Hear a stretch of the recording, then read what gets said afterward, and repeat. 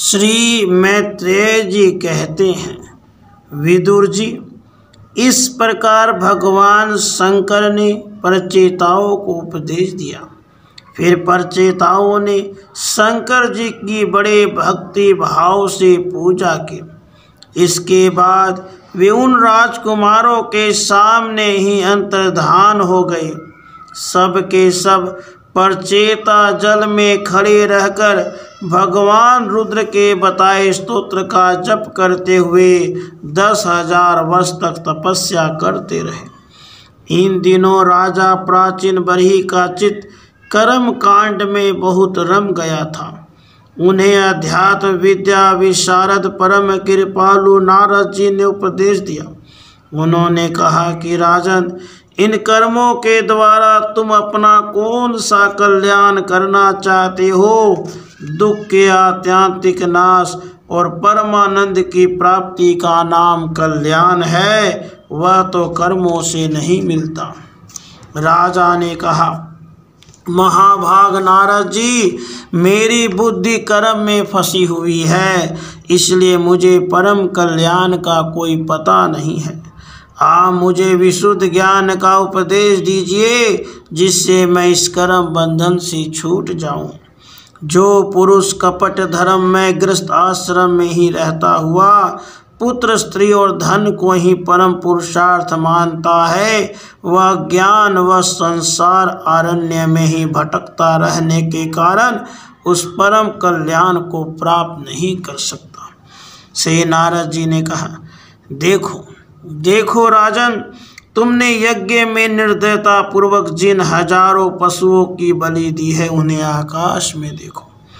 ये सब तुम्हारे द्वारा प्राप्त हुई पीड़ाओं को याद करते हुए बदला लेने के लिए तुम्हारी बाट देख रहे हैं। जब तुम मरकर परलोक में जाओगे, तब ये अत्यंत क्रोध में भरकर तुम्हें अपने लोहे के से सींगों से छेदेंगे। अच्छा, इस विषय में मैं तुम्हें एक प्राचीन उपाख्यान सुनाता हूँ। वह राजा पुरंजन का चरित्र है, उसे तुम मुझसे सावधान होकर सुनो। राजन, पूर्व काल में पुरंजन नाम का एक बड़ा यशस्वी राजा था। उसका अविज्ञात नामक एक मित्र था। कोई भी उसकी चेष्टाओं को समझ नहीं सकता था। राजा पुरंजन अपने रहने योग्य स्थान की खोज में सारी पृथ्वी में घूमा, फिर भी जब उसे कोई अनुरूप स्थान न मिला, तब वह कुछ उदास सा हो गया। उसे तरह तरह के भोगों की लालसा थी। उन्हें भोगने के लिए उसने संसार में जितने नगर देखे, उनमें से कोई भी उसे ठीक न जचा। एक दिन उसने हिमालय के दक्षिण तटवर्ती शिखरों पर कर्म भूमि भारत खंड में एक 9 द्वारों का नगर देखा। वह सब प्रकार के सुलक्षणों से संपन्न था। सब ओर से परकोटों, बगीचों, अटारियों, खाइयों, झरोखों और राजद्वारों से सुशोभित था। सोने, चांदी तथा लोहे के शिखरों वाले विशाल भवनों से खचाखच भरा था। उसके महलों की फर्शें नीलम, स्फटिक, वैदुर्य, मोती, पन्ने और लालों की बनी हुई थी। अपनी कांति के कारण वह नागों की राजधानी भोगवतीपुरी के समान जान पड़ता था। उसमें जहाँ तहाँ अनेकों सभा भवन, चौराहे, सड़कें, क्रीड़ा भवन, बाजार, विश्राम स्थान, ध्वजा, पताकाएं और मूंगे के चबूतरे सुशोभित थे। उस नगर के बाहर दिव्य वृक्ष और लताओं से पूर्ण एक सुंदर बाग था। उसके बीच में एक सरोवर सुशोभित था। उसके आसपास अनेकों पक्षी भांति भांति की बोली बोल रहे थे, भोरे गुंजार कर रहे थे। सरोवर के तट पर जो वृक्ष थे, उनकी डालियां और पत्ते शीतल झरनों के जलकणों से मिली हुई वासंती वायु के झकोरों से हिल रहे थे, और इस प्रकार वे तटवर्ती भूमि की शोभा बढ़ा रहे थे। वहाँ के वन्य पशु भी मुनिजनोचित अहिंसावादी व्रतों का पालन करने वाले थे। इसलिए उनसे किसी को कोई कष्ट नहीं पहुंचता था। वहाँ बार बार जो कोकिल की कुहू ध्वनि होती थी, उससे मार्ग में चलने वाले बटोहियों को ऐसा भ्रम होता था मानो वह बगीचा विश्राम करने के लिए उन्हें बुला रहा है। राजा पुरंजन ने उस अद्भुत वन में घूमते घूमते एक सुंदरी को आते देखा, जो अकस्मात उधर चली आई थी। उसके 10 सेवक थे, जिनमें से प्रत्येक 100 नायकों का पति था। एक 5 फन वाला सांप उसका द्वारपाल था, वही उसकी सब ओर से रक्षा करता था। वह सुंदरी भोली भाली किशोरी थी और विवाह के लिए श्रेष्ठ पुरुष की खोज में थी। उसकी नासिका, दंत पंक्ति, कपोल और मुख बहुत सुंदर थे। उसके समान कानों में कुंडल झिलमिला रहे थे। उसका रंग सांवला था, कटी पदे सुंदर था। वह पीले रंग की साड़ी और सोने की करधनी पहने हुए थी। चलते समय चरणों से नूपुरों की झनकार करती जाती थी। अधिक क्या, वह साक्षात कोई देवी सी जान पड़ती थी। वह गजगामिनी बाला, किशोरावस्था की सूचना देने वाले, अपने गोल गोल समान और परस्पर सटे हुए सतनों को लज्जावश बार बार अंचल से ढकती जाती थी। उसकी प्रेम से मटकती बोह और प्रेम पूर्ण त्रिच्छ चितवन के बाण से घायल होकर वीर पुरंजन ने लज्जा युक्त मुस्कान से और भी सुंदर लगने वाली उस देवी से मधुर वाणी में कहा, कमल दर लोचने, मुझे बताओ तुम कौन हो, किसकी कन्या हो? साध्वी, इस समय आ कहाँ से रही हो? भीरू, इस पुरी के समीप तुम क्या करना चाहती हो? शुभ्रू, तुम्हारे साथ इस 11वें महान शूरवीर से संचालित ये 10 सेवक कौन हैं, और ये सहेलियां तथा तुम्हारे आगे आगे चलने वाला यह सर्प कौन है? सुंदरी, तुम साक्षात लज्जा देवी हो अथवा उमा, रमा और ब्राह्मणी में से कोई हो? यहाँ वन में मुनियों की तरह एकांतवास करके क्या अपने पतिदेव को खोज रही हो? तुम्हारे प्राणनाथ तो तुम उनके चरणों की कामना करती हो, इतने से ही पूर्ण काम हो जाएंगे। अच्छा, यदि तुम साक्षात कमला देवी हो तो तुम्हारे हाथ का कीड़ा कमल कहाँ गिर गया है? सुभगे, तुम इनमें से तो कोई हो नहीं, क्योंकि तुम्हारे चरण पृथ्वी का स्पर्श कर रहे हैं। अच्छा, यदि तुम कोई मानवी हो तो लक्ष्मी जी जिस प्रकार भगवान विष्णु के साथ वैकुंठ की शोभा बढ़ाती हैं, उसी प्रकार तुम मेरे साथ इस श्रेष्ठ पुरी को अलंकृत करो। देखो, मैं बड़ा ही वीर और पराक्रमी हूँ, परंतु आज तुम्हारे कटाक्षों ने मेरे मन को बेकाबू कर दिया है। तुम्हारी लजीली और अति भाव से भरी मुस्कान के साथ बोहों के संकेत पाकर यह शक्तिशाली कामदेव मुझे पीड़ित कर रहा है। इसलिए सुंदरी, अब तुम्हें मुझ पर कृपा करनी चाहिए। सुचिस्मते, सुंदर बोहें और सुघड़ नेत्रों से सुशोभित तुम्हारा मुखारविंद इन लंबी लंबी काली अलकावलियों से घिरा हुआ है।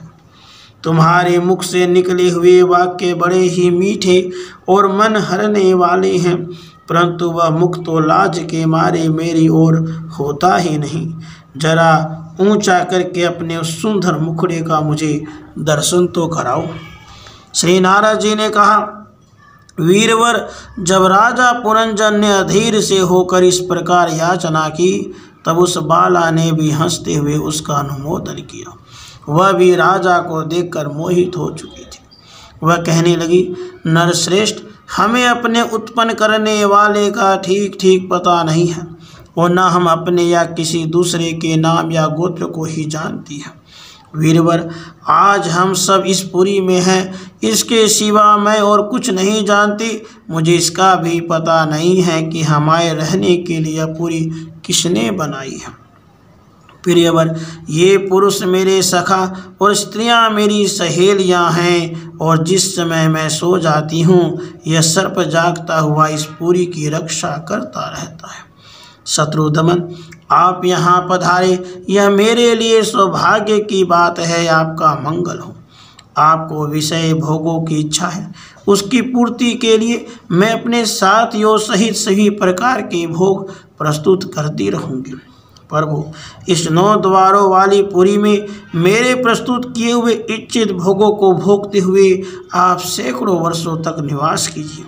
भला आपको छोड़कर मैं और किसके साथ रमण करूँगी? तुम दूसरे लोग तो न रति सुख को जानते हैं, न विहित भोगों को ही भोगते हैं, न परलोक का ही विचार करते हैं और न कल क्या होगा इसका ही ध्यान करते हैं। इसलिए पशु तुल्य है। अहो, इस लोक में गृहस्थ आश्रम में ही धर्म, अर्थ, काम, संतान, सुख, मोक्ष, सुयश और स्वर्ग आदि दिव्य लोकों की प्राप्ति हो सकती है। संसार त्यागी यति जन तो न इस सब की कल्पना भी नहीं कर सकते। महापुरुषों का कथन है कि इस लोक में पितर, देव, ऋषि, मनुष्य तथा संपूर्ण प्राणियों के और भी अपने भी कल्याण का आश्रय एकमात्र गृहस्थ आश्रम है। वीर शिरोमणि, लोक में मेरी जैसी कौन स्त्री होगी जो स्वयं प्राप्त हुए आप जैसे सुप्रसिद्ध, उदारचित और सुंदर पति को वरण न करेगी। महाबाहु, इस पृथ्वी पर आपकी सांप जैसी गोलाकार सुकोमल भुजाओं में स्थान पाने के लिए किस कामनी का चित्त न ललचाएगा। आप तो अपनी मधुर मुस्कानमयी करुणापूर्ण दृष्टि से हम जैसी अनाथाओं के मानसिक संताप को शांत करने के लिए ही पृथ्वी पर विचर रहे हैं। श्री नारद जी कहते हैं, राजन, उन स्त्री पुरुषों ने इस प्रकार एक दूसरे की बात का समर्थन कर फिर 100 वर्षों तक उस पुरी में रहकर आनंद भोगा। गायक लोग सुमधुर स्वर में जहाँ तहाँ राजा पुरंजन की कीर्ति गाया करते थे। जब ग्रीष्म ऋतु आती तब वह अनेकों स्त्रियों के साथ सरोवर में घुसकर जड़ क्रीड़ा करता। उस नगर में जो 9 द्वार थे उनमें से 7 नगरी के ऊपर और 2 नीचे थे। उस नगर का जो कोई राजा होता उसके पृथक पृथक देशों में जाने के लिए द्वार बनाए गए थे। राजन, इनमें से 5 पूर्व, 1 दक्षिण, 1 उत्तर और 2 पश्चिम की ओर थी। उनके नामों का मैं वर्णन करता हूँ। पूर्व की ओर खद्योता और आविर्मुखी नाम के 2 द्वार एक ही जगह बनाए गए थे। उनमें होकर राजा पुरंजन अपने मित्र द्युमान के साथ भी ब्राजित नामक देश को जाया करता था। इसी प्रकार उस ओर नलिनी और नालिनी नाम के 2 और द्वार भी एक ही जगह बनाए गए थे। उनसे होकर वह अवधूत के साथ सौरभ नामक देश को जाता था। पूर्व दिशा की ओर मुख्या नामक जो 5वां द्वार था उसमें होकर वह रसज्ञ और विपण के साथ क्रमशः बहुधन और आपण नाम के देशों को जाता था। पुरी के दक्षिण की ओर जो पितृहु नामक द्वार था उसमें होकर राजा पुरंजन श्रुतधर के साथ दक्षिण पांचाल देश को जाता था। उत्तर की ओर जो देवहु नामक द्वार था उससे श्रुतधर के साथ वह उत्तर पांचाल देश को जाता था। पश्चिम देश में आसुरी नाम का दरवाजा था, उसमें होकर वह दुर्मद के साथ ग्रामक देश को जाता था। निरति नामक जो दूसरा पश्चिम द्वार था उससे लुब्धक के साथ वह वैशस नामक देश को जाता था। इस नगर के निवासियों में निर्वाक और पेशकृत ये 2 नागरिक अंधे थे। राजा पुरंजन आँख वाले नागरिकों का अधिपति होने पर ही इन्हीं की सहायता से जहाँ तहाँ जाता और सब प्रकार के कार्य करता था। जब कभी अपने प्रधान सेवक विसूचिन के साथ अंतपुर में जाता तब उसे स्त्री और पुत्रों के कारण होने वाले मोह, प्रसन्नता एवं हर्ष आदि विकारों का अनुभव होता। उसका चित्त तरह तरह के कर्मों में फंसा हुआ था। काम परवश होने के कारण वह मूढ़ रमणी के द्वारा ठगा गया था। उसकी रानी जो जो काम करती थी वही वह भी करने लगता था। वह जब मद्यपान करती तो वह भी मदिरा पीता और मद से उन्मत्त हो जाता था। जब वह भोजन करती तब वह आप भी भोजन करने लगता और जब कुछ चबाती तब आप भी वही वस्तु चबाने लगता था। इसी प्रकार कभी उसके गाने पर गाने लगता, रोने पर रोने लगता, हंसने पर हंसने लगता, बोलने पर बोलने लगता। वह दौड़ती तो आप भी दौड़ने लगता, खड़ी होती तो आप भी खड़ा हो जाता, सोती तो आप भी उसी के साथ सो जाता और बैठती तो आप भी बैठ जाता। कभी वह सुनने लगती तो आप भी सुनने लगता, देखती तो देखने लगता, सूंघती तो सूंघने लगता और किसी चीज़ को छूती तो आप भी छूने लगता। कभी उसकी प्रिया शोकाकुल होती तो आप भी अत्यंत दिन के समान व्याकुल हो जाता। जब वह प्रसन्न होती तो आप भी प्रसन्न हो जाता और उसके आनंदित होने पर आप भी आनंदित हो जाता। इस प्रकार राजा पुरंजन अपनी सुंदरी रानी के द्वारा ठगा गया। सारी प्रकृति वर्ग परिकर ही उसको धोखा देने लगा। वह मूर्ख विवश होकर इच्छा न होने पर भी खेल के लिए घर पर पाले हुए बंदर के समान अनुकरण करता रहा। श्री नारद जी कहते हैं, राजन, एक दिन राजा पुरंजन अपना विशाल धनुष, सोने का कवच और अक्षय तर्कस धारण कर अपने 11वें सेनापति के साथ 5 घोड़ों के शीघ्रगामी रथ में बैठकर पंचप्रस्थ नाम के वन में गया।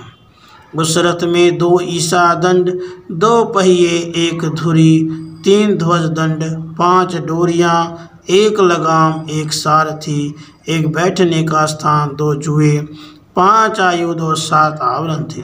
वह 5 प्रकार के चालों से चलता था। उसका साजबाज सब सुनहरा था। यद्यपि राजा के लिए अपनी प्रिया को क्षण पर भी छोड़ना कठिन था, किंतु उस दिन उसे शिकार का ऐसा शौक लगा कि उसकी भी परवाह न करके वह बड़े गर्व से धनुष बाण चढ़ाकर आखेट करने लगा। उस समय आसुरी वृत्ति बढ़ जाने से उसका चित्त बड़ा कठोर और दया शून्य हो गया था। इससे उसने अपने तीखी बाणों से बहुत से निर्दोष जंगली जानवरों का वध कर डाला। जिसकी मांस में अत्यंत आसक्ति हो, वह राजा केवल शास्त्र प्रदर्शित कर्मों के लिए वन में जाकर आवश्यकता अनुसार अनिषिद्ध पशुओं का वध करे, व्यर्थ पशु हिंसा न करे। शास्त्र इस प्रकार उच्छृंखल प्रवृत्ति को नियंत्रित करता है। राजन, जो विद्वान इस प्रकार शास्त्र नियत कर्मों का आचरण करता है, वह उस कर्म अनुष्ठान से प्राप्त हुए ज्ञान के कारणभूत कर्मों से लिप्त नहीं होता। नहीं तो मनमाना कर्म करने से मनुष्य भी मान के वशीभूत होकर कर्मों में बंध जाता है तथा गुण प्रवाह रूप संसार चक्र में पड़कर विवेक बुद्धि के नष्ट हो जाने से अधम योनियों में जन्म लेता है। पुरंजन के तरह तरह के पंखों वाले बाणों से छिन्न भिन्न होकर अनेकों जीव बड़े कष्ट के साथ प्राण त्यागने लगे। उसका वह निर्दयतापूर्ण जीव संहार देखकर सभी दयालु पुरुष बहुत दुखी हुए, वे इसे सह न सके। इस प्रकार वहाँ खरगोश, सुअर, भैंसे, नीलगाय, कृष्ण मृग, शाही तथा और भी बहुत से मैथ्य पशुओं का वध करते करते राजा पुरंजन बहुत थक गया। तब वह भूख प्यास से अत्यंत शिथिल हो वन से लौटकर राजमहल में आया। वहाँ उसने यथा योग्य रीति से स्नान और भोजन से निवृत्त हो कुछ विश्राम करके थकान दूर की। फिर गंध, चंदन और माला आदि से सुसज्जित हो सब अंगों में सुंदर सुंदर आभूषण पहने, तब उसे अपने प्रिया की याद आई। वह भोजन आदि से तृप्त, हृदय में आनंदित, मद से उन्मत्त और काम से व्यतीत होकर अपनी सुंदरी भार्या को ढूंढने लगा, किंतु उसे वह कहीं भी दिखाई नहीं थी। प्राचीन बही तब उसने चित्त में कुछ उदास होकर अंतःपुर की स्त्रियों से पूछा, सुंदरियों, अपनी स्वामिनी के सहित तुम सब पहले की तरह कुशल से हो ना? क्या कारण है आज इस घर की संपत्ति पहले जैसी सुहावनी नहीं जान पड़ती? घर में माता अथवा पति परायना भार्या न हो तो वह घर बिना पहिए के रथ के समान हो जाता है। फिर उसमें कौन बुद्धिमान दिन पुरुषों के समान रहना पसंद करेगा। अतः बताओ वह सुंदरी कहाँ है जो दुख समुद्र में डूबने पर मेरी विवेक बुद्धि को पद पद पर जागृत करके मुझे उस संकट से उबार लेती है। स्त्रियों ने कहा, नरनाथ मालूम नहीं आज आपकी प्रिया ने क्या ठानी है। शत्रुदमन देखी वह बिना बिछोने के पृथ्वी पर ही पड़ी हुई है। श्री नारद जी कहते हैं, राजन उस स्त्री के संग से राजा पुरंजन का विवेक नष्ट हो चुका था, इसलिए अपने रानी को पृथ्वी पर अस्त व्यस्त अवस्था में पड़ी देखकर वह अत्यंत व्याकुल हो गया। उसने दुखित हृदय से उसे मधुर वचनों द्वारा बहुत समझाया, किंतु उसे अपने प्रेयसी के अंदर अपने पति प्रणय कोप का कोई चिन्ह नहीं दिखाई दिया। वह मनाने में बहुत कुशल था, इसलिए अब पुरंजन ने उसे धीरे धीरे मनाना आरंभ किया। उसने पहले उसके चरण छुए और फिर गोद में बिठाकर बड़े प्यार से कहने लगा। पुरंजन बोला, सुंदरी वे सेवक तो निश्चय ही बड़े अभागे हैं जिनके अपराध करने पर स्वामी उन्हें अपना समझकर शिक्षा के लिए उचित दंड नहीं देते। सेवक को दिया हुआ स्वामी का दंड तो उस पर बड़ा अनुग्रह ही होता है। जो मूर्ख हैं उन्हीं को क्रोध के कारण अपने हितकारी स्वामी के किए हुए उस उपकार का पता नहीं चलता। सुंदर दंतावली और मनोहर भौहों से शोभा पाने वाली मनस्वनी, अब यह क्रोध दूर करो और एक बार मुझे अपना समझकर प्रणय भार तथा लज्जा से झुका हुआ एवं मधुर मुस्कानमयी चितवन से सुशोभित अपना मनोहर मुखड़ा दिखाओ। ओहो, भरमर पंक्ति के समान नीली अलकावली, उन्नत नासिका और सुमधुर वाणी के कारण तुम्हारा वह मुखारविंद कैसा मनोमोहक जान पड़ता है। वीर पत्नी, यदि किसी दूसरे ने तुम्हारा कोई अपराध किया हो तो उसे बताओ। यदि वह अपराधी ब्राह्मण कुल का नहीं है तो मैं उसे अभी दंड देता हूँ। मुझे तो भगवान के भक्तों को छोड़कर त्रिलोकी में अथवा उससे बाहर ऐसा कोई नहीं दिखाई देता जो तुम्हारा अपराध करके निर्भय और आनंद पूर्वक रह सके। प्रिय, मैंने आज तक तुम्हारा मुख कभी तिलकहीन, उदास, मुरझाया हुआ, क्रोध के कारण डरावना, कांतिहीन और स्नेह शून्य नहीं देखा और न कभी तुम्हारे सुंदर स्तनों को ही शोक अश्रुओं से भीगा तथा बिंबा फल सदृश अधरों को स्निग्ध केसर की लाली से रहित देखा। मैं व्यसनवश तुमसे बिना पूछे शिकार खेलने चला गया, इसलिए अवश्य अपराधी हूँ। फिर भी अपना समझकर तुम मुझ पर प्रसन्न हो जाओ। कामदेव के विषम बाणों से अधीर होकर जो सर्वदा अपने अधीन रहता है, उस अपने प्रिय पति को उचित कार्य के लिए भला कौन कामिनी स्वीकार नहीं करती। श्री नारद जी कहते हैं, महाराज इस प्रकार वह सुंदरी अनेकों नखरों से पुरंजन को पूरी तरह अपने वश में कर उसे आनंदित करती हुई विहार करने लगी। उसने अच्छी तरह स्नान कर अनेक प्रकार के मांगलिक श्रृंगार किए। भोजन आदि से तृप्त होकर वह राजा के पास आई। राजा ने उस मनोहर मुख वाली राजमहिषी का सादर अभिनंदन किया। पुरंजनी ने राजा का आलिंगन किया और राजा ने उसे गले लगाया। फिर एकांत में मन के अनुकूल रहस्य की बातें करते हुए वैसे मोहित हो गया कि उस कामिनी में ही चित लगा रहने के कारण उसे दिन रात के भेद से निरंतर बीतते हुए काल की दुस्तर गति का भी कुछ पता न चला। मद से छका हुआ मनस्वी पुरंजन अपनी प्रिया की भुजा पर सिर रखे महामूल्य शल्या पर पड़ा रहता। उसे तो वह रमणी ही जीवन का परम फल जान पड़ती थी। अज्ञान से आवृत हो जाने के कारण उसे आत्मा अथवा परमात्मा का कोई ज्ञान न रहा। राजन, इस प्रकार कामातुर चित्त से उसके साथ विहार करते करते राजा पुरंजन की जवानी आधे सन के समान बीत गई। प्रजापति उस पुरंजनी से राजा पुरंजन के 1100 पुत्र और 110 कन्याएं हुई।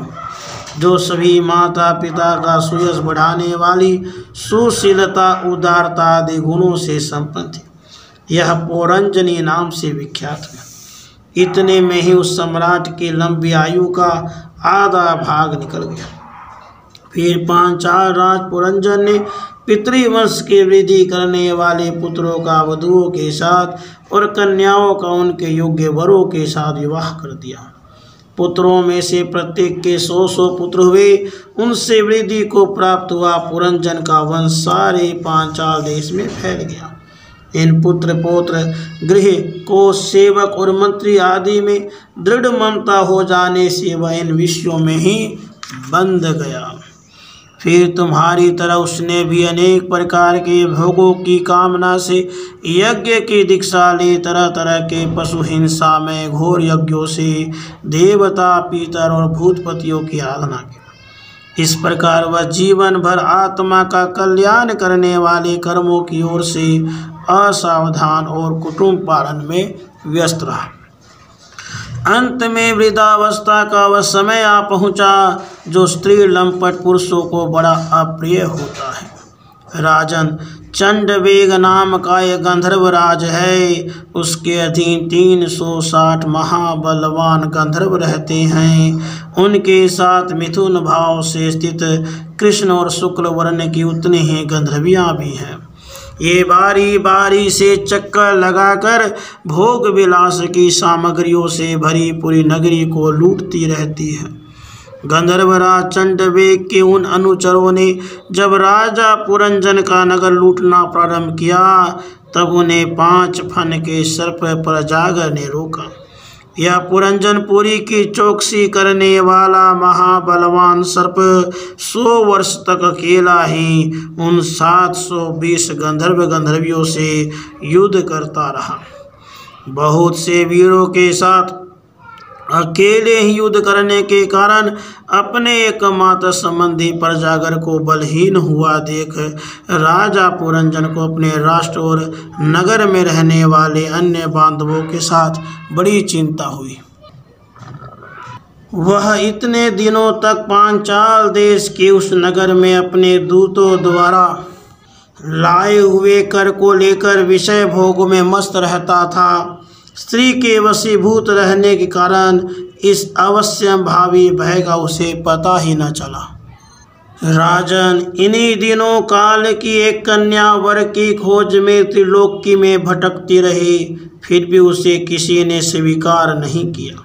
वह काल्य कन्या बड़ी भाग्यहीना थी, इसलिए लोग उसे दुर्भगा कहते थे। एक बार राजर्षि पुरु ने पिता को अपना यौवन देने के लिए अपनी ही इच्छा से उसे वर लिया था। इससे प्रसन्न होकर उसने उन्हें राज्य प्राप्ति का वर दिया था। एक दिन मैं ब्रह्मलोक से पृथ्वी पर आया तो वह घूमती घूमती मुझे भी मिल गई।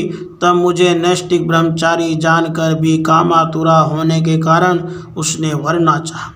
मैंने उसकी प्रार्थना स्वीकार नहीं की। इस पर उसने अत्यंत कुपित होकर मुझे यह दूसरा शाप दिया कि तुमने मेरी प्रार्थना स्वीकार नहीं की, अतः तुम एक स्थान पर अधिक देर तक न ठहर सकोगे। तब मेरी ओर से निराश होकर उस कन्या ने मेरी सम्मति से यवन राज भय के पास जाकर उसका पति रूप से वर्ण किया और कहा, वीरवर, आप यवनों में श्रेष्ठ हैं। मैं आपसे प्रेम करती हूँ और पति बनाना चाहती हूँ। आपके प्रति किया हुआ जीवों का संकल्प कभी विफल नहीं होता। जो मनुष्य लोक अथवा शास्त्र की दृष्टि से देने योग्य वस्तु का दान नहीं करता और जो शास्त्र दृष्टि से अधिकारी होकर भी ऐसा दान नहीं लेता, वे दोनों ही दुराग्रही और मूढ़ हैं। इसलिए सोचनीय है। भद्र, इस समय मैं आपकी सेवा में उपस्थित हुई हूँ, आप मुझे स्वीकार करके अनुग्रहित कीजिए। पुरुष का सबसे बड़ा धर्म दिनों पर दया करना ही है। काल कन्या की बात सुनकर यवन राज ने विधाता का एक गुप्त कार्य कराने की इच्छा से मुस्कुराते हुए उससे कहा, मैंने योग दृष्टि से देखकर तेरे लिए एक पति निश्चय किया है। तो सबका अनिष्ट करने वाली है, इसलिए किसी को भी अच्छी नहीं लगती और इसी से लोग तुझे स्वीकार नहीं करते। अतः इस कर्मजनी लोक को तू अलक्षित होकर बलात् भोग। तू मेरी सेना लेकर जा, इसकी सहायता से तू सारी प्रजा का नाश करने में समर्थ होगी, कोई भी तेरा सामना न कर सकेगा। यह प्रज्वाल नाम का मेरा भाई है और तू मेरी बहन बन जा। तुम दोनों के साथ मैं अव्यक्त गति से भयंकर सेना लेकर सारे लोकों में विचरूंगा। श्री नारद जी कहते हैं, राजन, फिर भय नामक यवन राज्य के आज्ञाकारी सैनिक प्रज्वाल और कालकन्या के साथ इस पृथ्वी तल पर हर जगह विचरने लगे। एक बार उन्होंने बड़े वेग से बूढ़े सांप से सुरक्षित और संसार की सब प्रकार की सुख सामग्री से संपन्न पुरंजनपुरी को घेर लिया। तब जिसके चंगुल में फंसकर पुरुष शीघ्र ही निसार हो जाता है, वह कालकन्या बलात् उस पुरी की प्रजा को भोगने लगी। उस समय ये ववन भी कालकन्या के द्वारा भोगी जाती हुई उस पुरी में चारों ओर से भिन्न भिन्न द्वारों से घुसकर उसका विध्वंस करने लगे। पुरी के इस प्रकार पीड़ित किए जाने पर उसके स्वामित्व का ईमान रखने वाले तथा ममताग्रस्त बहुकुटुंबी राजा पुरंजन को भी नाना प्रकार के क्लेश सताने लगे। कालकन्या के आलिंगन करने से उसकी सारी स्त्री नष्ट हो गई। अत्यंत विषयासक्त होने के कारण वह बहुत दिन हो गया, उसकी विवेक शक्ति नष्ट हो गई। गंधर्व और यवनों ने बलात् उसका सारा ऐश्वर्य लूट लिया। उसने देखा कि सारा नगर नष्ट भ्रष्ट हो गया। पुत्र पौत्र भृत्य और अमात्य वर्ग प्रतिकूल होकर अनादर करने लगे हैं। स्त्री स्नेह शून्य हो गई है। मेरे देह को कालकन्या ने वश में कर रखा है और पांचाल देश शत्रुओं के हाथ में पड़कर भ्रष्ट हो गया है। यह सब देखकर राजा पुरंजन अपार चिंता में डूब गया और उसे उस विपत्ति से छुटकारा पाने का कोई उपाय न दिखाई दिया। कालकन्या ने जिन्हें निस्सार कर दिया था, उन्हीं भोगों की लालसा से वह दीन था। अपनी पारलोक की गति और बंधुजनों के स्नेह से वंचित रहकर उसका चित्त केवल स्त्री और पुत्र के लालन पालन में ही लगा हुआ था। ऐसी अवस्था में उनसे बिछुड़ने की इच्छा न होने पर भी उसे उस पुरी को छोड़ने के लिए बाध्य होना पड़ा, क्योंकि उसे गंधर्व और यवनों ने घेर रखा था, कालकन्या ने कुचल दिया था। इतने में ही यवनराज भय के बड़े भाई प्रज्वाल ने अपने भाई का प्रिय करने के लिए उस सारी पुरी में आग लगा दी। जब वह नगरी जलने लगी तब पूर्ववासी सेवक वृंद, संतान वर्ग और कुटुंब की स्वामिनी के सहित कुटुंब वत्सल पुरंजन को बड़ा दुख हुआ। नगर को कालकन्या के हाथ में पड़ा देख उसकी रक्षा करने वाले सर्प को भी बड़ी पीड़ा हुई, क्योंकि उसके निवास स्थान पर भी यवनों ने अधिकार कर लिया था। प्रज्वाल उस पर भी आक्रमण कर रहा था। जब उस नगर की रक्षा करने में वह सर्वथा असमर्थ हो गया, तब जिस प्रकार जलते हुए वृक्ष के कोटर में रहने वाला सर्प उससे निकल जाना चाहता है, उसी प्रकार उसने भी महान कष्ट से कांपते हुए वहां से भागने की इच्छा की। उसके अंग प्रत्यंग ढीले पड़ गए थे। गंधर्वों ने उसकी सारी शक्ति नष्ट कर दी थी। अतः जब यवन शत्रुओं ने उसे जाते देखकर रोक दिया तो वह दुखी होकर रोने लगा। गृह आसक्त पुरंजन देह के आदि में मैं मेरेपन का भाव रखने से अत्यंत बुद्धिहीन हो गया था। स्त्री के प्रेम पास में फंसकर वह बहुत दीन हो गया था।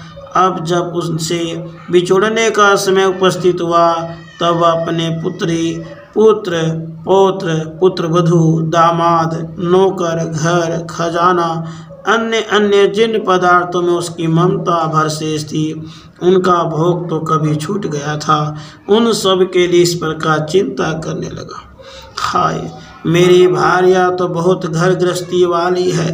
जब मैं परलोक में चला जाऊंगा तब यह असहाय होकर किस प्रकार अपना निर्वाह करेगी, इसे इन बाल बच्चों की चिंता ही खा जाएगी।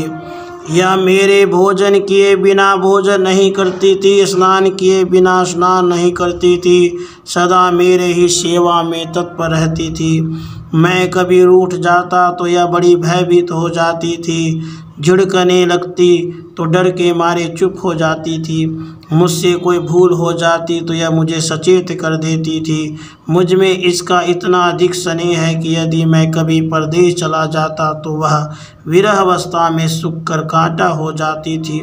यूँ तो यह वीर माता है तो भी मेरे पीछे क्या यह गृहस्थ आश्रम का व्यवहार चला सकेगी? मेरे चले जाने पर एकमात्र मेरे ही सहाय रहने वाले पुत्र और पुत्री भी कैसे जीवन धारण करेंगे? ये तो बीच समुद्र में नाव टूट जाने से व्याकुल हुए यात्रियों के समान बिलबिलाने लगेंगे।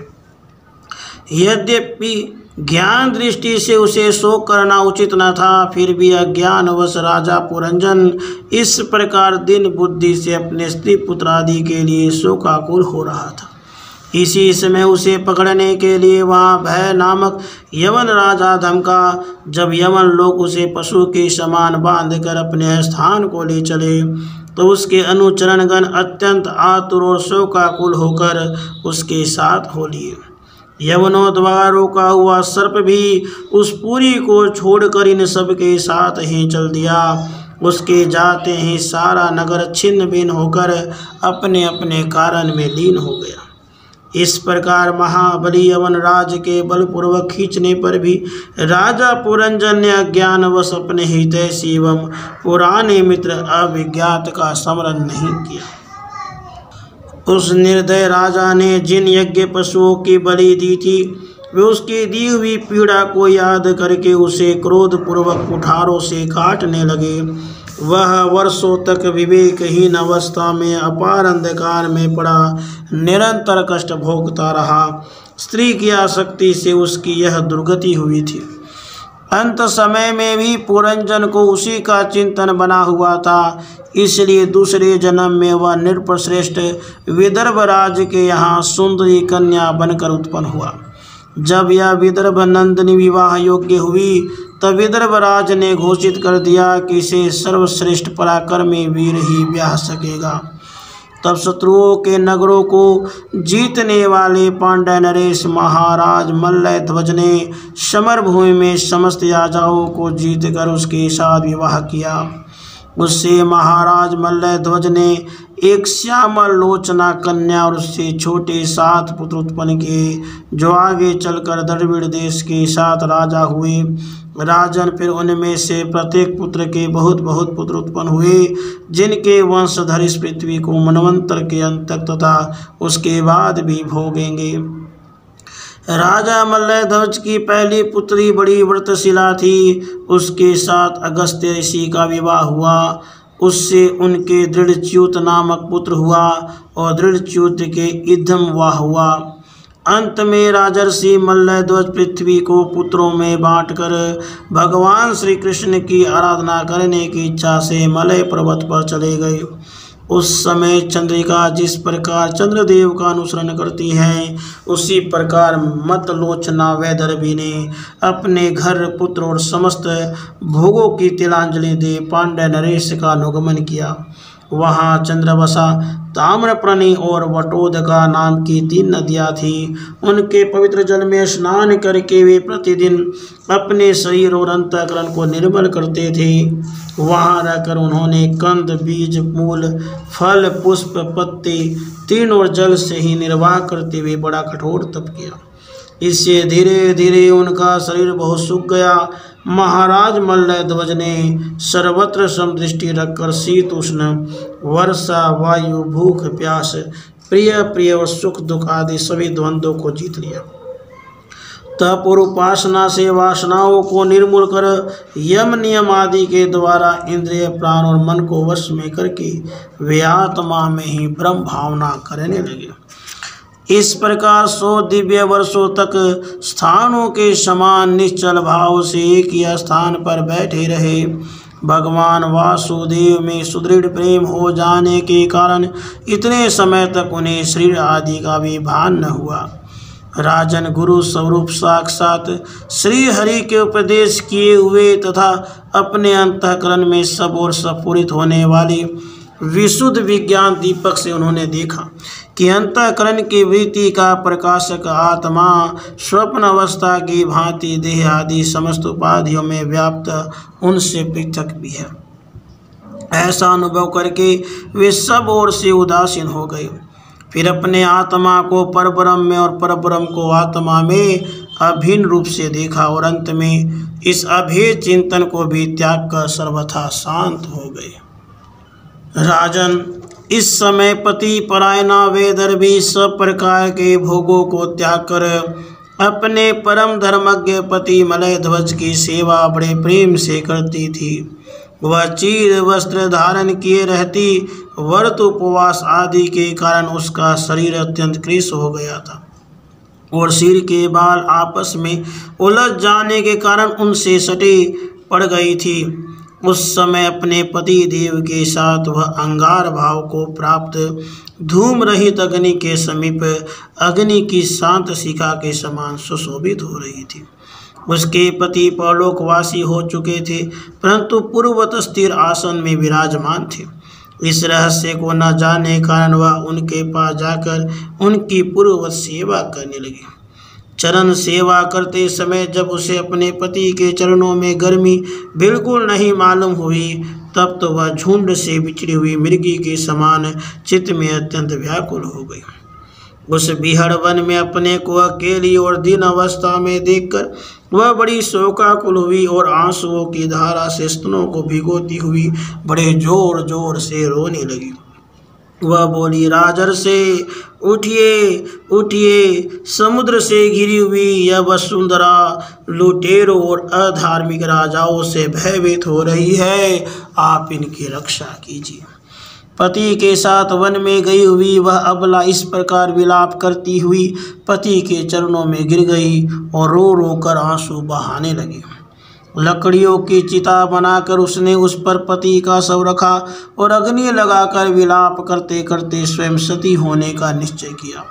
राजन, इसी समय उसका कोई पुराना मित्र एक आत्मज्ञानी ब्राह्मण वहां आया। उसने उस रोती हुई अबला को मधुर वाणी में समझाते हुए कहा। ब्राह्मण ने कहा, तू कौन है, किसकी पुत्री है और जिसके लिए तू शोक कर रही है, वह यह सोया हुआ पुरुष कौन है? क्या तुम मुझे नहीं जानती? वही मैं तेरा मित्र हूँ जिसके साथ तू पहले विचरा करती थी। सखी, क्या तुम्हें अपनी याद आती है? किसी समय मैं तुम्हारा अविज्ञात नाम का सखा था। तुम पृथ्वी के भोग भोगने के लिए निवास स्थान की खोज में मुझे छोड़कर चले गए थे। आर्य, पहले मैं और तुम एक दूसरे के मित्र एवं मानस निवासी हंस थे। हम दोनों सहस्र वर्षों तक बिना किसी निवास स्थान के ही रहे थे, किंतु मित्र, तुम विषय भोगों की इच्छा से मुझे छोड़कर यहाँ पृथ्वी पर चले आए। यहाँ घूमते घूमते तुमने एक स्त्री का रचा हुआ स्थान देखा। उसमें 5 बगीचे, 9 दरवाजे, 1 द्वारपाल, 3 परकोटे, 6 वैश्यकुल और 5 बाजार थे। वह 5 उपादान कारणों से बना हुआ था और उसकी स्वामिनी एक स्त्री थी। महाराज, इंद्रियों के 5 विषय उसके बगीचे थे, 9 इंद्रिय छिद्र द्वार थे, तेज, जल और अन्न 3 परकोटे थे, मन और 5 ज्ञानेंद्रियाँ 6 वैश्यकुल थे, क्रिया शक्ति रूप कर्मेंद्रियाँ ही बाजार थी, 5 भूत ही उसके कभी क्षीण न होने वाले उपादान कारण थे और बुद्धि शक्ति ही उसकी स्वामिनी थी। यह एक ऐसा नगर था जिसमें प्रवेश करने पर पुरुष ज्ञान शून्य हो जाता, अपने स्वरूप को भूल जाता है। भाई, उस नगर में उसकी स्वामिनी के फंदे में पड़कर उसके साथ विहार करते करते तुम भी अपने स्वरूप को भूल गए और उसी के संग से तुम्हारी यह दुर्दशा हुई है। देखो, तुम न तो विदर्भ राज्य की पुत्री हो और न यह वीर मल्लय ध्वज तुम्हारा पति ही, जिसने तुम्हें 9 द्वारों के नगर में बंद किया था, उस पुरंजनी के पति भी तुम नहीं हो।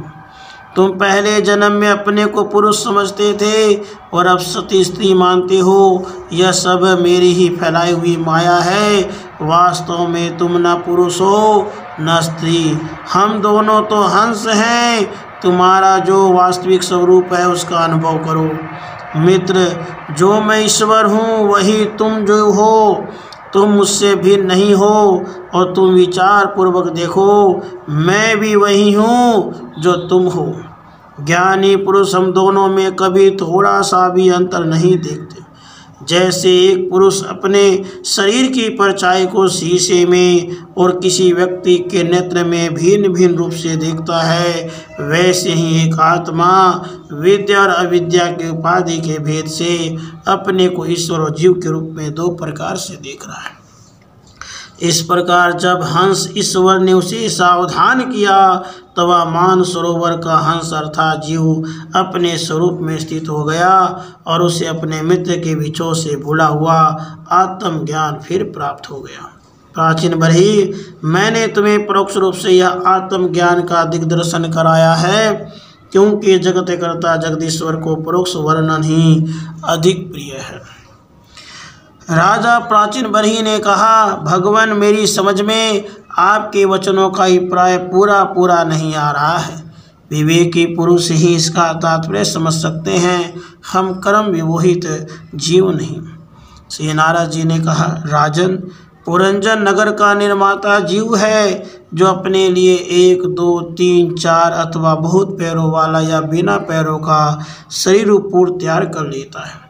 उस जीव का सखा जो अभिज्ञात नाम से कहा गया है वह ईश्वर है, क्योंकि किसी प्रकार के नाम गुण अथवा कर्मों से जीवों को उसका पता नहीं चलता।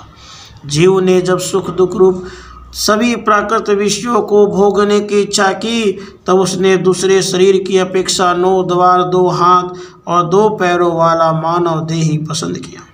बुद्धि अथवा विद्या को ही तुम पुरंजनी नाम की स्त्री जानो, इसी के कारण देह और इंद्रिय आदि में मैं मेरे पान का भाव उत्पन्न होता है और पुरुष उसी का आश्रय लेकर शरीर में इंद्रियों द्वारा विषयों को भोगता है। 10 इंद्रियां ही उसके मित्र हैं, जिनसे कि सब प्रकार के ज्ञान और कर्म होते हैं। इंद्रियों की वृत्तियां ही उसकी सखियां और प्राण अपान व्यान उदान समान रूप 5 वृत्तियों वाला प्राण वायु ही नगर की रक्षा करने वाला 5 फण का सर्प है। दोनों प्रकार के इंद्रियों के नायक मन को ही 11वां महाबली योद्धा जानना चाहिए। शब्द आदि 5 विषय ही 5 देश है, जिसके बीच में वह 9 द्वारों वाला नगर बसा हुआ है। उस नगर में जो एक स्थान पर 2 द्वार बताए गए थे, वे 2 नेत्र गोलक, 2 नासा छिद्र और 2 कर्ण छिद्र हैं। इनके साथ मुख, लिंग और गुदा, ये 3 और मिलाकर कुल 9 द्वार है। इन्हीं में से होकर वह जीव इंद्रियों के साथ बाह्य विषयों में जाता है। इसमें 2 नेत्र गोलक, 2 नासा छिद्र और 1 मुख, ये 5 पूर्व के द्वार हैं। दाहिने कान को दक्षिण का, बाएं कान को उत्तर का द्वार समझना चाहिए। गुदा और लिंग नीचे के 2 छिद्र पश्चिम के द्वार हैं। खद्योता और आविर्मुखी नाम के जो द्वार एक स्थान पे बतलाए थे, वे नेत्र गोलक हैं। रूप अविभाजित नाम का देश है, जिनका इन द्वारों से जीव चक्षु इंद्रियों की सहायता से अनुभव करता है। चक्षु इंद्रियों को ही पहले द्युमान नाम का सखा कहा गया है। दोनों नासा छिद्र ही नलिनी और नालिनी नाम के द्वार हैं और नासिका का विषय गंध ही सौरभ देश है। घ्राणेन्द्रिय अवधूत नाम का मित्र है। मुख मुख्य नाम का द्वार है, उसमें रहने वाला वाग इंद्रिय विपण है और रसनेन्द्रिय रसज्ञ नाम का मित्र है। वाणी का व्यापार आपन है और तरह तरह के अन्न बहुधन है। दाहिना कान पितृहु और बायां कान देवहु कहा गया है। कर्म कांड रूप प्रवृत्ति मार्ग का शास्त्र और उपासना कांड रूप निवृत्ति मार्ग का शास्त्र ही दक्षिण और उत्तर पांचाल देश है। इन्हें श्रवण इंद्रिय रूप श्रुतधर की सहायता से सुनकर जीव क्रमशः पितृयान और देवयान मार्गों में जाता है। लिंग ही आसुरी नाम का पश्चिमी द्वार है। स्त्री प्रसंग नामक नाम का देश है और लिंग में रहने वाला उपस्थ इंद्रिय दुर्मद नाम का मित्र है। गुदा निरति नाम का पश्चिमी द्वार है। नरक वैशस नाम का देश है और गुदा में स्थित पायु इंद्रिय लुब्धक नाम का मित्र है। इसके सिवा 2 पुरुष अंधे बताए गए हैं, उनका रहस्य भी सुनो, वे हाथ और पाँव हैं। इन्हीं की सहायता से जीव क्रमशः सब काम करता है और जहाँ तहाँ आता जाता है। हृदय अंतःपुर है, उसमें रहने वाला मन ही विसूची नाम का प्रधान सेवक है। जीव उस मन के सत्वादी गुणों के कारण ही प्रसन्नता, हर्ष रूपी विकार अथवा मोह को प्राप्त होता है।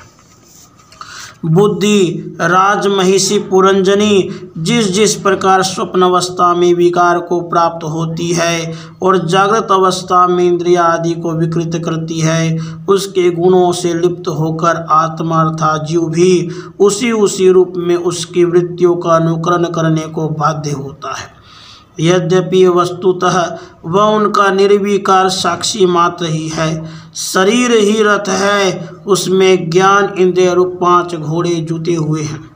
देखने में संवत्सर रूप काल के समान ही उसका अप्रतिहत वेग है, वास्तव में वह गतिहीन है। पुण्य और पाप ये 2 प्रकार के कर्म ही उसके पहिया हैं। 3 गुण ध्वज हैं, 5 प्राण डोरियां हैं। मन बागडोर है, बुद्धि सारथी है, हृदय बैठने का स्थान है, सुख दुख आदि द्वंद्व जुए हैं। इंद्रियों के 5 विषय उसमें रखे हुए आयुध है। त्वचा आदि 7 धातुएं उसके आवरण है। 5 कर्मेंद्रियां उसकी 5 प्रकार की गति है। इस रथ पर चढ़कर रथी रूप यह जीव मृग तृष्णा के समान मिथ्या विषयों की ओर दौड़ता है। 11 इंद्रियां उसकी सेना है। 5 ज्ञान इंद्रियों के द्वारा उन इंद्रियों के विषयों को अन्यायपूर्वक ग्रहण करना ही उसका शिकार खेलना है। जिसके द्वारा काल का ज्ञान होता है वह संवत्सर ही चंडवेग नाम का गंधर्वराज है। उसके अधीन जो 360 गंधर्व बताए गए थे वे दिन हैं और 360 गंधर्वियाँ रात्रि हैं। ये बारी बारी से चक्कर लगाते हुए मनुष्य की आयु को हरते रहते हैं। वृद्धावस्था ही साक्षात काल कन्या है, उसे कोई भी पुरुष पसंद नहीं करता। तब मृत्यु रूप यमन राज ने लोक का संहार करने के लिए उसे बहन मानकर स्वीकार कर लिया। आदि अर्थात मानसिक क्लेश, व्याधि अर्थात रोग आदि शारीरिक कष्ट ही उस यमन राज के पैदल चलने वाले सैनिक हैं तथा प्राणियों को पीड़ा पहुंचाकर शीघ्र ही मृत्यु के मुख में ले जाने वाला शीत और उष्ण 2 प्रकार का ज्वर ही प्रज्वार नाम का उसका भाई है। इस प्रकार यह देहिमानी जीव अज्ञान से आच्छादित होकर अनेक प्रकार के आदि भौतिक, आध्यात्मिक और आदि देवी कष्ट भोगता हुआ 100 वर्ष तक मनुष्य शरीर में पड़ा रहता है। वस्तुतः तो वह निर्गुण है, किंतु प्राण, इंद्रिय और मन के धर्म को अपने में आरोपित कर मैं मेरेपन के ईमान से बंध कर शूद्र विषयों का चिंतन करता हुआ तरह तरह के कर्म करता रहता है। यह यद्यपि स्वयं प्रकाश है, तथापि जब तक जबकि परम गुरु आत्म स्वरूप श्री भगवान के स्वरूप को नहीं जानता तब तक प्रकृति के गुणों में ही बंधा रहता है। उन गुणों का ईमानी होने से वह विवश होकर सात्विक, राजस और तामस कर्म करता है और उन कर्मों के अनुसार भिन्न भिन्न योनियों में जन्म लेता है। वह कभी तो सात्विक कर्मों के द्वारा प्रकाश बहुल स्वर्ग आदि लोक प्राप्त करता है, कभी राजसी कर्मों के द्वारा दुखमय रजोगुणी लोकों में जाता है जहाँ उसे तरह तरह के कर्मों का क्लेश उठाना पड़ता है। कभी कभी तमोगुणी कर्मों के द्वारा शोक बहुल तमोमयी योनियों में जन्म लेता है। इस प्रकार अपने कर्म और गुणों के अनुसार देव योनि, मनुष्य योनि अथवा पशु पक्षी योनि में जन्म लेकर वह अज्ञान आनंद जीव कभी पुरुष, कभी स्त्री और कभी नपुंसक होता है। जिस प्रकार बेचारा भूख से व्याकुल कुत्ता दर दर भटकता हुआ अपने प्रारब्ध अनुसार कहीं डंडा खाता है और कहीं भात खाता है, उसी प्रकार यह जीव चित्त में नाना प्रकार की वासनाओं को लेकर ऊंचे नीचे मार्ग से ऊपर नीचे अथवा मध्य के लोकों में भटकता हुआ अपने कर्मानुसार सुख दुख भोगता रहता है। आदि देविक, आदि भौतिक और आध्यात्मिक इन 3 प्रकार के दुखों में से किसी भी प्रकार के एक से जीव का सर्वथा छुटकारा नहीं हो सकता। यदि कभी वैसा जान पड़ता है तो वह केवल तात्कालिक निवृत्ति ही है। वह ऐसी ही है जैसे कोई सिर पर भारी बोझा ढोकर ले जाने वाला पुरुष उसे कंधे पर रख ले। इसी तरह सभी प्रतिक्रिया दुख निवृत्ति जाननी चाहिए। यदि किसी उपाय से मनुष्य एक प्रकार के दुख से छुट्टी पाता है तो दूसरा दुख आकर उसके सिर पर सवार हो जाता है। हे नरेश, जिस प्रकार स्वप्न में होने वाला स्वप्नांतर उस स्वप्न से सर्वथा छूटने का उपाय नहीं है, उसी प्रकार कर्म फल भोग से सर्वथा छूटने का उपाय केवल कर्म नहीं हो सकता, क्योंकि कर्म और कर्म फल भोग दोनों ही अविद्या युक्त होते हैं। जिस प्रकार स्वप्नावस्था में अपने मनोमय लिंग शरीर से विचरने वाले प्राणी को स्वप्न के पदार्थ न होने पर भी भासते हैं, उसी प्रकार यह दृश्य पदार्थ वस्तुतः न होने पर भी जब तक अज्ञान निद्रा नहीं टूटती बने ही रहते हैं और जीव को जन्म मरण रूप संसार से मुक्ति नहीं मिलती। अतः इनकी आत्यांतिक निवृत्ति का उपाय एकमात्र आत्मज्ञान ही है। राजन, जिस अविद्या के कारण परमार्थ स्वरूप आत्मा को यह जन्म मरण रूप अनर्थ परंपरा प्राप्त हुई है, उसकी निवृत्ति गुरु स्वरूप श्रीहरि में सुदृढ़ भक्ति होने पर हो सकती है। भगवान वासुदेव में एकाग्रता पूर्वक सम्यक प्रकार से किया हुआ भक्ति भाव ज्ञान और वैराग्य का आविर्भाव कर देता है। राजर्षि, यह भक्ति भाव भगवान की कथाओं के आश्रित रहता है, इसलिए जो श्रद्धा पूर्वक उन्हें प्रतिदिन सुनता या पढ़ता है उसे बहुत शीघ्र उसकी प्राप्ति हो जाती है। राजन, जहाँ भगवत गुणों को कहने अथवा सुनने में तत्पर विशुद्ध चित्त भक्तजन रहते हैं, उस साधु समाज में सब और महापुरुषों के मुख से निकले हुए श्री मधुसूदन भगवान के चरित्र रूप शुद्ध अमृत की अनेकों नदियाँ बहती रहती हैं। जो लोग अतृप्त चित्त से श्रवण में तत्पर अपने कर्ण कुहरों द्वारा उस अमृत का चक्कर पान करते हैं, उन्हें भूख प्यास भय शोक और मोह आदि कुछ भी बाधा नहीं पहुंचा सकते। हाय, स्वभावतः प्राप्त होने वाले सुधा पिपासा आदि विघ्नों से सदा घिरा हुआ जीव समुदाय श्री हरि के कथामृत सिंधु से प्रेम नहीं करता। साक्षात प्रजापतियों के पति ब्रह्मा जी, भगवान शंकर, शाम्भु मनु दक्ष आदि प्रजापतिगण, सनक आदि नैष्टिक ब्रह्मचारी, मरीचि, अत्रि, अंगिरा, पुलस्त्य, कुलह, क्रतु, भृगु, वशिष्ठ और मैं, ये जितने ब्रह्मवादी मुनिगण हैं, समस्त वांगमय के अधिपति होने पर भी तप उपासना और समाधि के द्वारा ढूंढ ढूंढ कर हार गए, फिर भी उस सर्वसाक्षी परमेश्वर को आज तक न देख सके। वेद भी अत्यंत विस्तृत है, उसका पार पाना हंसी खेल नहीं। अनेकों महानुभाव उसकी आलोचना करके मंत्रों में बताए हुए वर्ज हस्तवादी गुणों से युक्त इंद्र आदि देवताओं के रूप में भिन्न भिन्न कर्मों के द्वारा यद्यपि उस परमात्मा का ही यजन करते हैं, फिर भी उसके स्वरूप को वे भी नहीं जानते। हृदय में बार बार चिंतन किए जाने पर भगवान जिस समय जिस जीव पर कृपा करते हैं, उसी समय वह लौकिक व्यवहार एवं वैदिक कर्म मार्ग की बदमूल आस्था से छुट्टी पा जाता है। हे राजन, तुम इन कर्मों में परमार्थ बुद्धि मत करो, ये सुनने में ही प्रिय जान पड़ते हैं, परमार्थ का तो स्पर्श भी नहीं करा सकते। ये जो परमार्थवत दिख पड़ते हैं, इसमें केवल अज्ञान ही कारण है। जो मलिन मति कर्मवादी लोग वेद को कर्म परक बताते हैं, वे वास्तव में उसका मर्म नहीं जानते। इसका कारण यही है कि वे अपने स्वरूपभूत लोक आत्म तत्व को नहीं जानते, जहाँ साक्षात श्री जनार्दन भगवान विराजमान है। पूर्व की ओर अग्रभाग वाली कुशाओं से संपूर्ण भूमंडल को आच्छादित करके अनेकों पशुओं का वध करने से तुम बड़े कर्माभिमानी और उद्धत हो गए हो, किंतु वास्तव में तुम्हें कर्म या उपासना किसी के भी रहस्य का पता नहीं है। वास्तव में कर्म तो वही है जिससे श्रीहरि को प्रसन्न किया जा सके, और विद्या भी वही है जिससे भगवान में चित्त लग सके।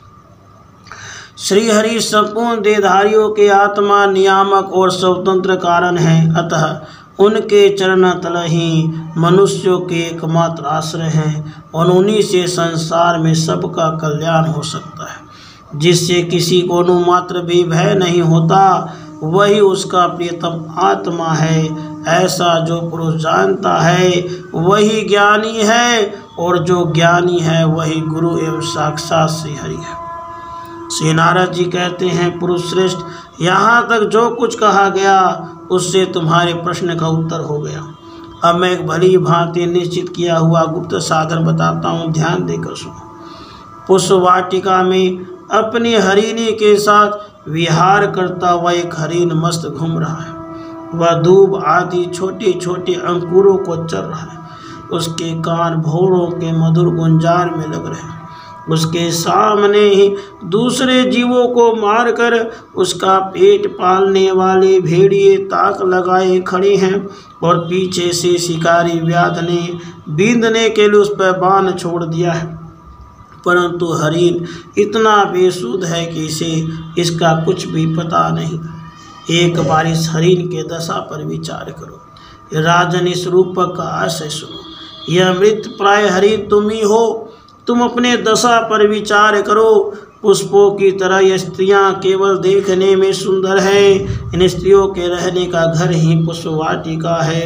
इसमें रहकर तुम पुष्पों के मधु और गंध के समान शुद्र सकाम कर्मों के फल रूप जीव और जनन इंद्रियों को प्रिय लगने वाले भोजन तथा स्त्री संग आदि तुच्छ भोगों को ढूंढ रहे हो। स्त्रियों से घिरे रहते हो। अपने मन को तुमने उन्हीं में फंसा रखा है। स्त्री पुत्रों का मधुर भाषण ही भौरों का मधुर गुंजार है। तुम्हारे कान उसी में आसक्त रहते हैं।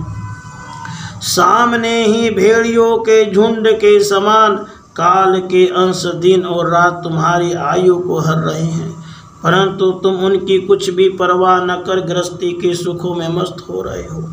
तुम्हारे पीछे गुपचुप लगा हुआ शिकारी काल अपने पीछे छिपे हुए बाण से तुम्हारे हृदय को दूर से ही बींध डालना चाहता है।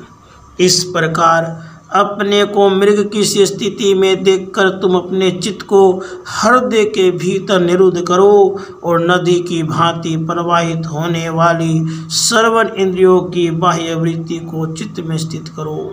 जहाँ कामी पुरुष की चर्चा होती रहती है, उस गृहस्थ आश्रम को छोड़कर परमहंस के आशय श्री हरि को प्रसन्न करो और क्रमशः सभी विषयों से विरत हो जाओ। राजा प्राचीन भरी ने कहा, हे भगवान, आपने कृपा करके मुझे जो उपदेश दिया उसे मैंने सुना और उस पर विशेष रूप से विचार भी किया। मुझे कर्म का उपदेश देने वाले इन आचार्यों का निश्चय ही इसका ज्ञान नहीं है। यदि ये इस विषय को जानते तो मुझे उसका उपदेश क्यों न करते। विप्रवर, मेरे उपाधियों ने आत्म तत्व के विषय में मेरे हृदय में जो महान संशय खड़ा कर दिया था उसे आपने पूरी तरह से काट दिया। इस विषय में इंद्रियों की गति न होने के कारण मंत्र दृष्टा ऋषियों को भी मोह हो जाता है।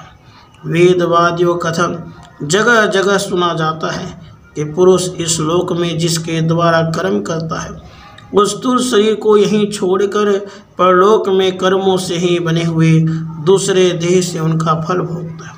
किंतु यह बात कैसे हो सकती है, क्योंकि उन कर्मों का कर्ता स्थूल शरीर तो यहीं नष्ट हो जाता है।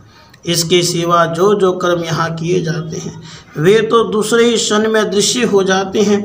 वे परलोक में फल देने के लिए किस प्रकार पुनः प्रकट हो जाते हैं। श्री नारद जी ने कहा, राजन, स्थूल शरीर तो लिंग शरीर के अधीन है, अतः कर्मों का उत्तरदायित्व उसी पर है। जिस पर मन प्रधान लिंग शरीर की सहायता से मनुष्य कर्म करता है वह तो मरने के बाद भी उसके साथ रहता ही है, अतः वह परलोक में अपरोक्ष रूप से स्वयं उसी के द्वारा उनका फल भोगता है। स्वप्न अवस्था में मनुष्य इस जीवित शरीर का ईमान तो छोड़ देता है, परंतु इसी के समान अथवा इससे भिन्न प्रकार के पशु पक्षी आदि शरीर से वह मन में संस्कार से स्थित कर्मों का फल भोगता रहता है। इस मन के द्वारा जीव जिन स्त्री पुत्र आदि को ये मेरे हैं और देह आदि को यह मैं हूँ ऐसा कहकर मानता है, उनके किए हुए पाप पुण्य आदि रूप कर्मों को भी यह अपने ऊपर ले लेता है और उनके कारण इसे व्यर्थ ही फिर जन्म लेना पड़ता है। जिस प्रकार ज्ञान इंद्रियां और कर्म इंद्रियां दोनों की चेष्टाओं से उनके प्रेरक चित्त का अनुमान किया जाता है, उसी प्रकार चित्त के भिन्न भिन्न प्रकार के वृत्तियों से पूर्व जन्म के कर्मों का भी अनुमान होता है।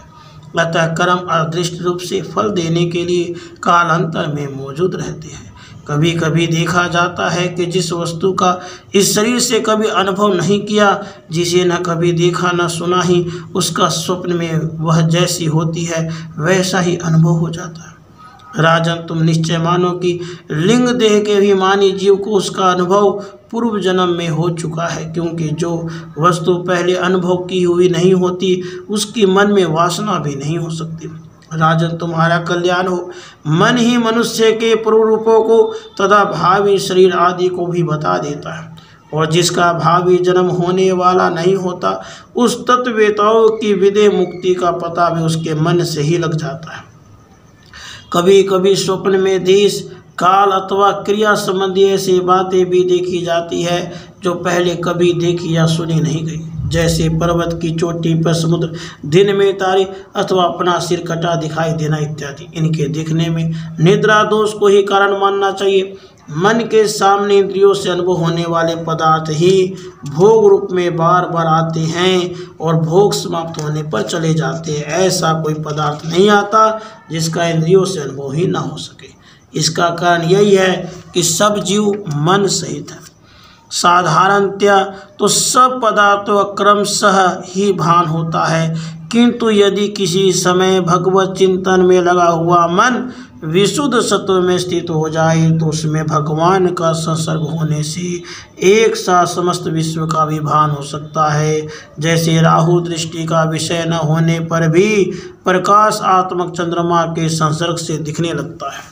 राजम, जब तक गुणों का परिणाम एवं बुद्धि, मन, इंद्रिय और शब्द आदि विषयों का संघात यह अनादि लिंग देह बना रहा है, तब तक जीव के अंदर सतूल देह के प्रति मैं मेरा इस भाव का भाव नहीं हो सकता। सुसुप्ति, मूर्छा, अत्यंत दुख तथा मृत्यु और तीव्र ज्वर आदि के समय भी इंद्रियों की व्याकुलता के कारण मैं और मेरेपन की स्पष्ट प्रतीति नहीं होती, किंतु उस समय भी उनका अभिमान तो बना ही रहता है। जिस प्रकार अमावस्या की रात्रि में चंद्रमा रहते हुए भी दिखाई नहीं देता, उसी प्रकार युवा अवस्था में स्पष्ट प्रतीत होने वाला यह एकादश इंद्रिय विशिष्ट लिंग शरीर गर्भावस्था और बाल्यकाल में रहते हुए भी इंद्रियों का पूर्ण विकास न रहने के कारण प्रतीत नहीं होता। जिस प्रकार स्वप्न में किसी वस्तु का अस्तित्व न होने पर भी जागे बिना स्वप्न जनित अनर्थ की निवृत्ति नहीं होती, उसी प्रकार सांसारिक वस्तु यद्यपि असत है तो भी अविद्यावश जीव उनका चिंतन करता रहता है, इसलिए उसका जन्म मरण रूप संसार से छुटकारा नहीं हो पाता। इस प्रकार पंच तन्मात्राओं से बना हुआ तथा 16 तत्वों के रूप में विकसित यह त्रिगुण में संघात ही लिंग शरीर है। यही चेतन शक्ति से युक्त होकर जीव कहा जाता है। इसी के द्वारा पुरुष भिन्न भिन्न देहों को ग्रहण करता और त्यागता है। इसी से उसे हर शोक, भय, दुख और सुख आदि का अनुभव होता है। जिस प्रकार चोंक जब तक दूसरे तृण को नहीं पकड़ लेती तब तक पहले वाले को नहीं छोड़ती, उसी प्रकार जीव मरण काल उपस्थित होने पर भी जब तक देह आरंभ कर्मों की समाप्ति होने पर दूसरा शरीर प्राप्त नहीं कर लेता तब तक पहले शरीर के अभिमान को नहीं छोड़ता। राजन, यह मना प्रधान लिंग शरीर ही जीव के जन्मादि का कारण है। जीव जब इंद्र जनित भोगों का चिंतन करते हुए बार बार उन्हीं के लिए कर्म करता है, तब उन कर्मों के होते रहने से अविद्यावश व देह आदि के कर्मों में बंध जाता है।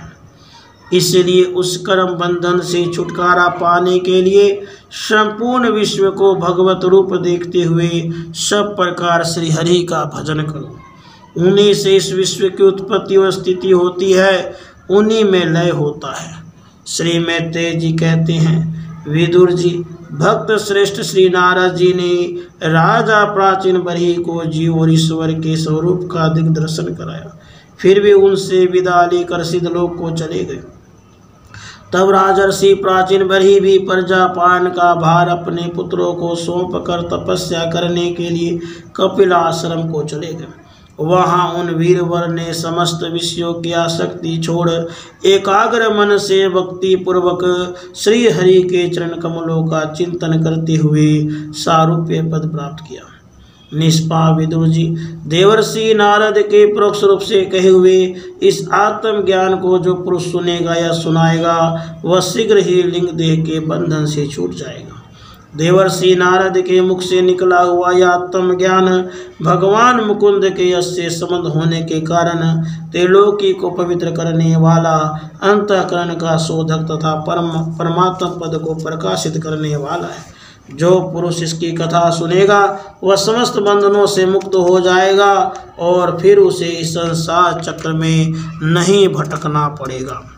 विदुर जी, गृहस्थ आश्रमी पुरंजन के रूपक से परोक्ष रूप में कहा हुआ यह अद्भुत आत्म ज्ञान मैंने गुरु जी की कृपा से प्राप्त किया था। इसका तात्पर्य समझ लेने से बुद्धि युक्त जीव का देह अभिमान निवृत्त हो जाता है तथा उसका परलोक में जीव किस प्रकार कर्मों का फल भोगता है यह संशय भी मिट जाता है। राधे कृष्ण राधे।